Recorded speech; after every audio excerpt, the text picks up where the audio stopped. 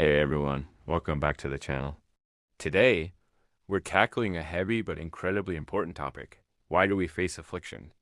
It's a question that has echoed through generations, and the Bible actually offers several profound perspectives on it. So, let's explore what Scripture says about suffering. First, sometimes affliction is a direct consequence of our own sin. Think about King David and his affair with Bathsheba. The consequences that followed brought immense sorrow to his family and his kingdom.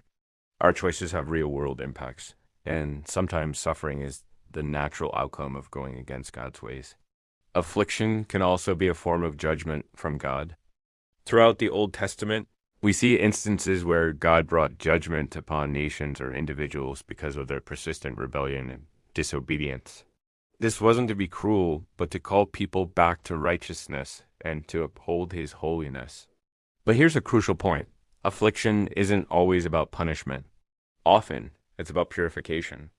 The Apostle Peter tells us that trials are like fire, refining our faith, which is more precious than gold. These hardships can strip away our impurities, deepen our character, and help us develop virtues like patience and endurance, making us more like Christ. Sometimes, affliction happens for reasons far beyond our understanding, for God's divine purposes. The story of Joseph is a perfect example. His brothers sold him into slavery, he was falsely accused, and he was forgotten in prison. Yet, God used all that suffering to position him to save an entire nation, including the very family that betrayed him. We also have to remember that we live in a fallen world. Ever since sin entered the world in the Garden of Eden, creation itself has been groaning. Sickness, natural disasters, and death are part of this broken reality. It's a sad truth that we will all experience suffering simply because we live in this post-Eden world. Furthermore, for believers, affliction can come as persecution for our faith in Jesus. Jesus himself told his followers that the world would hate them because it hated him first.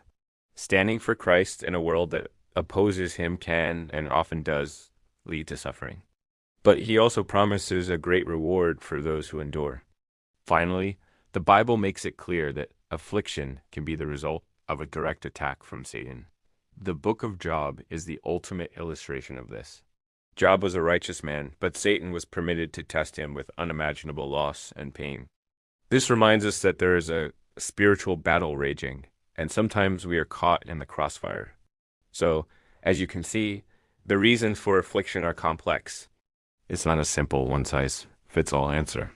But what remains constant is God's presence with us in the midst